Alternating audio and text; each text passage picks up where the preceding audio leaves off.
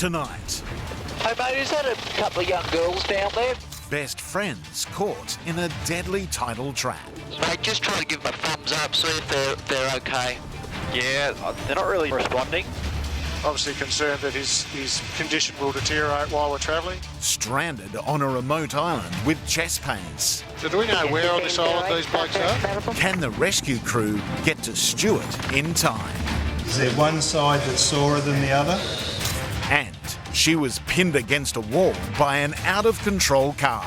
She's got some significant lower limb injuries. Granny vows fight for survival.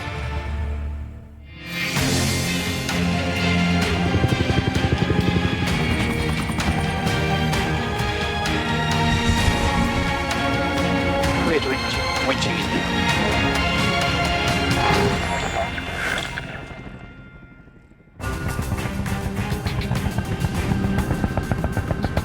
North Head, Sydney. The size of those waves today. Yeah, smashing in. And the crew of Lifesaver 21 is returning to base after a morning hospital run. The 10-foot swell has turned the coastline into a deadly tidal trap. Historically, it is a hotspot for us along that area. Multiple fatalities over the years. Rescue crewman Tony has 33 years in the service. He's got no illusions about the dangers below. Hey mate, is that a couple of young girls down there? Rick, can you just come around, mate? Copy, mate. They've spotted two girls stranded on a rocky ledge. Their escape route cut off by the waves. 4 metre ocean swell, a 1.8 metre high tide. From the moment I saw them, I knew that they were in trouble. Besties Sinead and Izzy were spending the day together before Sinead planned to fly to London. The girls had checked on the tide but got blindsided by the rising swell. Mate, just try to give them a thumbs up, see if they're okay. Yeah, they're not really responding. The high tide is fast approaching. I think we should get them out of there before they end up in the water. So much for Sinead's travel plans. The Westpac Rescue Helicopter Base, Tasmania. See ya. Bye. A desperate call for help has just come in. There's a man on Babel Island, which is just to the east of Flinders Island on the top of Tasmania. And he's suffering from chest pain, so there's a chance that he might have a heart attack shortly. So we've been activated to go and get him. The person in trouble is 52-year-old Stuart Wheatley. He's the one on the left.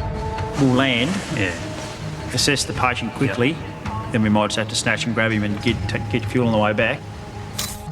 Stuart's part of a team eradicating an invasive weed on Babel Island, a remote bird sanctuary in the Bass Strait. There's no established town, there's just a couple of huts. Today's rough seas means heli rescue is the only option. Get lights out. Thanks. It's a 90-minute flight across Tasmania. Obviously concerned that his condition will deteriorate while we're travelling, but we can't go any faster than we can go, so just have to assess when we get there. Speed versus safety. It's always a delicate balance, but with heart stress, every second counts. Stuart's medical history is a red flag. His dad had a heart attack just 18 months ago.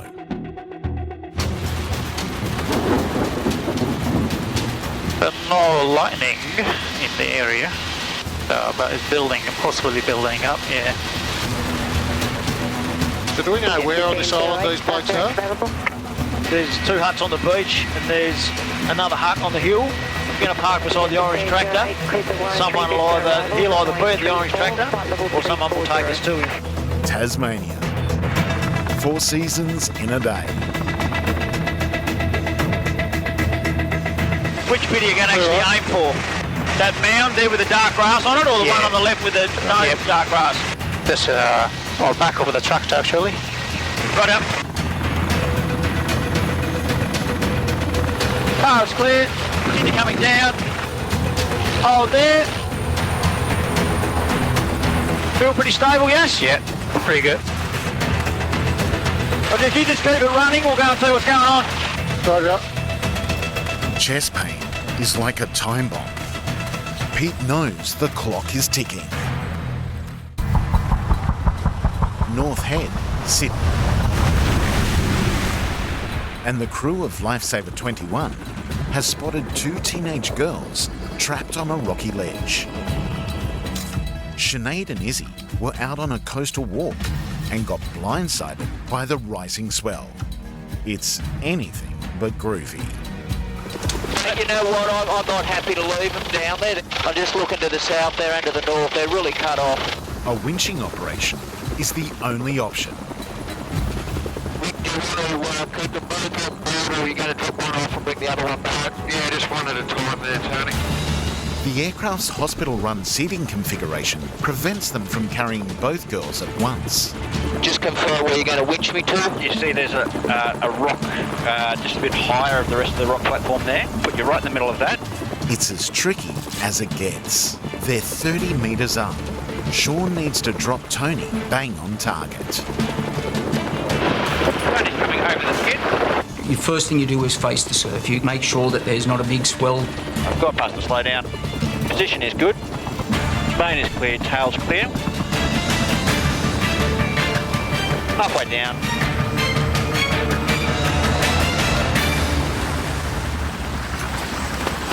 Tony's on the ground.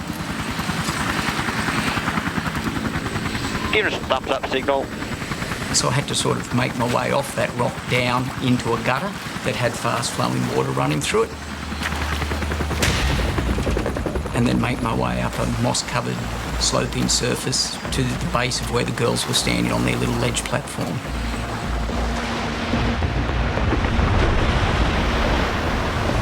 The swell is rising. There's no time to waste. Tony fastens Sinead to the winch harness. Lots of portable. We're going to have to bring one of these girls up at a time and then winch you back down once the first one is in the cabin. Understood. I'll get the second one ready while you drop off. Clear to winch in. Probably you're clear to winch in. Halfway up. Coming over the skid now. And my eye's coming inside. Sinead's safe. But best friend Izzy is still in peril. Sean and Tony have to do it all again.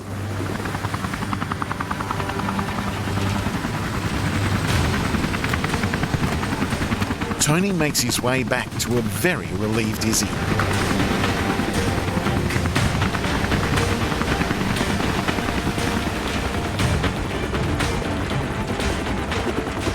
While Lifesaver 21 carries Sinead to a nearby clifftop park, Tony gets Izzy ready for extraction.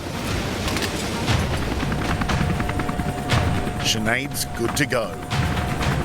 It's a fast turnaround as the crew heads back for Izzy.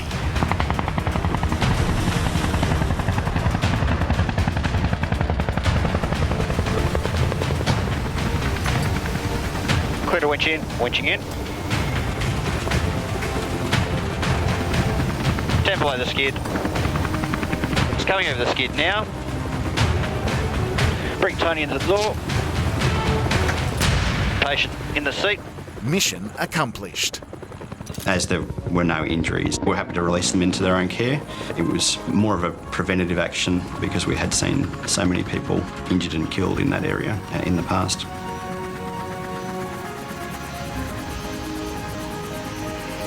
Besties Izzy and Sinead have had a lucky escape. 2 young girls going home to their families that may not have otherwise done so.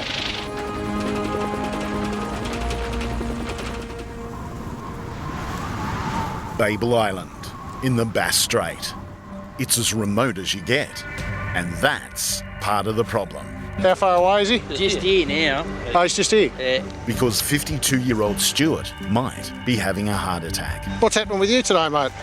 I had real sharp pains in the chest. And Did you? Yeah. When did that come on? Felt, a couple of hours ago, and a bit over a couple of hours ago, and I felt real faint and what do you call it, clammy. And have you had this pain before? No. Oh, well, yes, I have. I've had a pain before, but it was from reflux. Yep. but this one was a real, like two real sharp pains. Reflux is a burning pain caused when acid spills out of the stomach. I'm just going to have a little push on your chest as it's sore at the moment. It can mimic a heart attack. Pete can't take any chances. Does that hurt at all? Oh, I feel pressure there. But You do feel something there? All right. We might put you in the aircraft first. Yep. Get you on the bed there and we'll do a bit of an assessment there and then we'll see what we find and go from there. We don't muck around with that sort of stuff. He'd had the pain in his chest after he made the call. And I said, well, it's a bloody good thing he did, because, well, I mean, what are we going to do if you cark it out here? Well, not a lot of it, I suppose. So we'll just have a little look at what your heart's up to, a bit of a tracing. Probably should be taking you to a hospital of some sort. The closest available hospital is Royal Hobart. But to get there, Polair 72 needs to refuel. my father had a heart attack about 18 months ago. Yeah, to feel that pain like that and then realise, that I was stuck on an island in a remote area. I mean, I was worried. All right, first things first, let's get you strapped in. And we are ready to lift off. 30% torque, so good, and lifting off. And rotating. Clear doors. Potential heart attacks are always time critical. Longer time frames for treatment can lead to further damage to the heart muscle and lead to worse heart attack or longer recovery time. It's a short flight to the refueling station.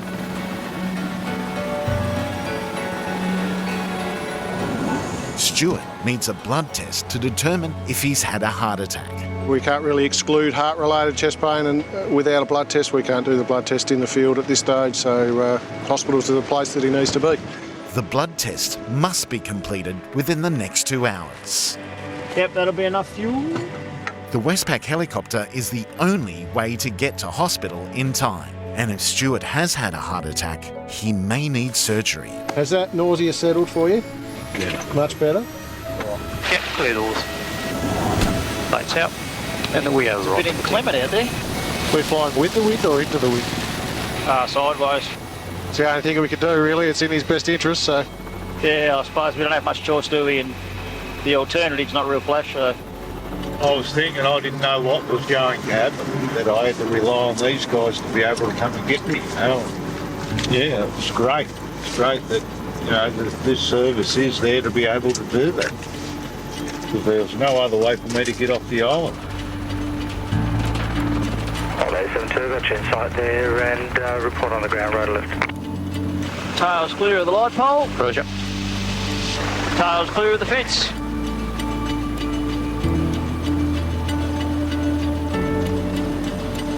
You can never be too careful with chest pain, so, that's just what we do. Lismore Base Hospital, the helipad. And a major emergency is unfolding. So we've just had an emergency call come through from the Westpac rescue helicopter telling us that there's been a motor vehicle accident. An elderly woman's been struck by a car. She's got some significant lower limb injuries and has also got unstable blood pressure. The high-speed air transfer has given this patient the best chance of survival. It was a freak accident.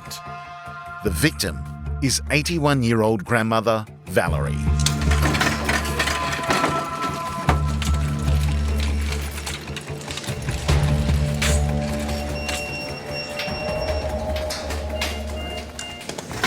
Aircrew Dr. Matt hands the patient over to the ED staff.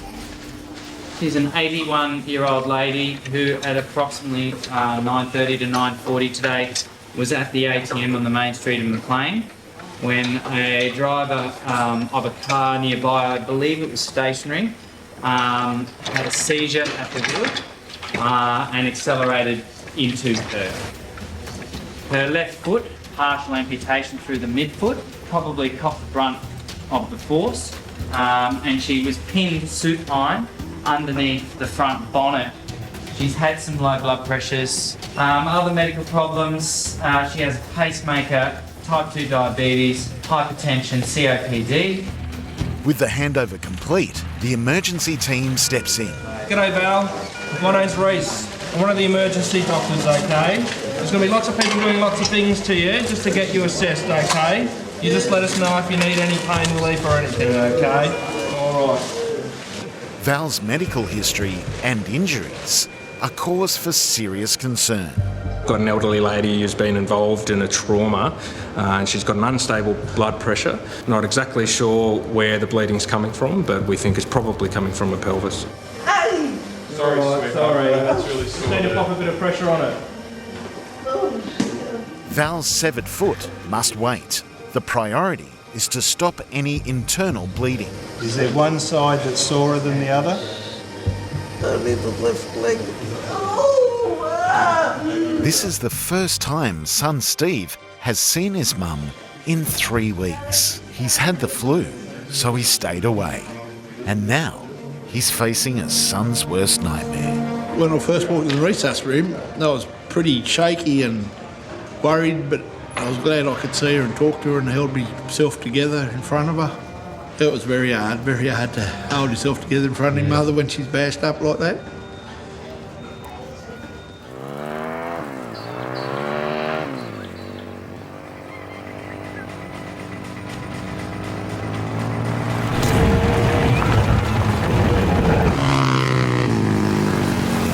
Go. This is 6-year-old Lily. She's been riding motorbikes with Dad Graham since she could walk. Today is a special day because she's about to watch a video her dad thinks she's finally ready to see. To put the fears of her past to bed.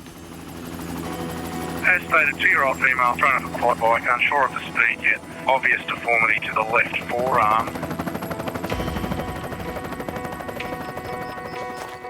As a 2-year-old, Lily fell heavily riding a kid's quad bike at a friend of her dad's bush property.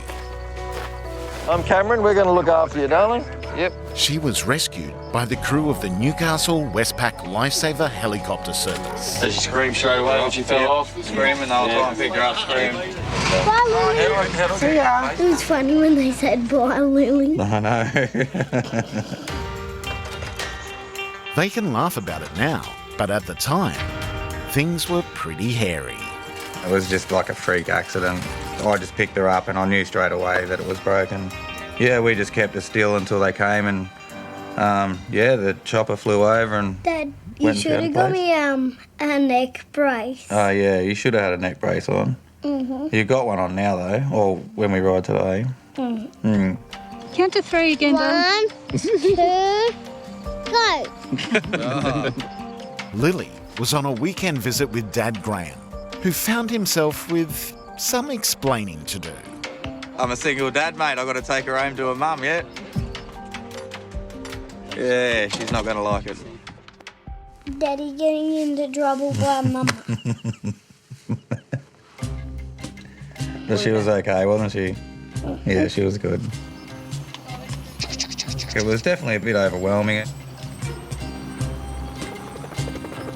Didn't really hit home until the chopper came that it could have been, like, worse. Ready? Not every medical emergency is life-threatening, but every rescue changes lives. Feeling good?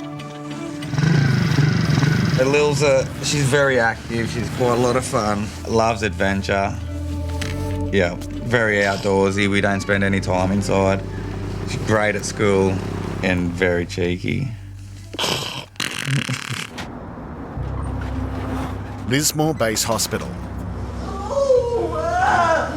And 81-year-old Val is bleeding internally after a car lost control and pinned her against a wall. With any elderly patient, any significant injury is more dangerous just due to the fact that they are elderly with some significant other medical problems. Big deep breath for us, Val. That's always it. Son Steve knows his mum's life is hanging in the balance. She's 81 years old. You know, everything's sort of knocking her, getting her against her sort of thing, but we've just got to take it one at a time and see what happens. The ED team does a CT scan to find out where Val's bleeding from. You've got a little break in your pelvis there and one of the bones, and there's probably a bit of bleeding from that. Okay, and that's why your blood pressure's so low. Okay, the doctors here, the surgeons and everything are involved, and they're going to try and figure out the best way to manage that. Okay. Val needs urgent surgery. Left foot I was told that it's all smashed beyond repair, so they're going to have to amputate. Squeeze my hand off. They're just wrapping it up now and then they'll stop pressing it. They're just wrapping it up nice and tight. We'll just have to cope with that when she comes out of it, and like I told Mum not to worry, we'll cut a bit of an iron bark tree and slap it on the bottom of her and level her up and she'll be right. At this stage it could be touch and go. You right? Steve's sister Lynn is trying to hide her shock. I rang my two beautiful daughters and got one home from work.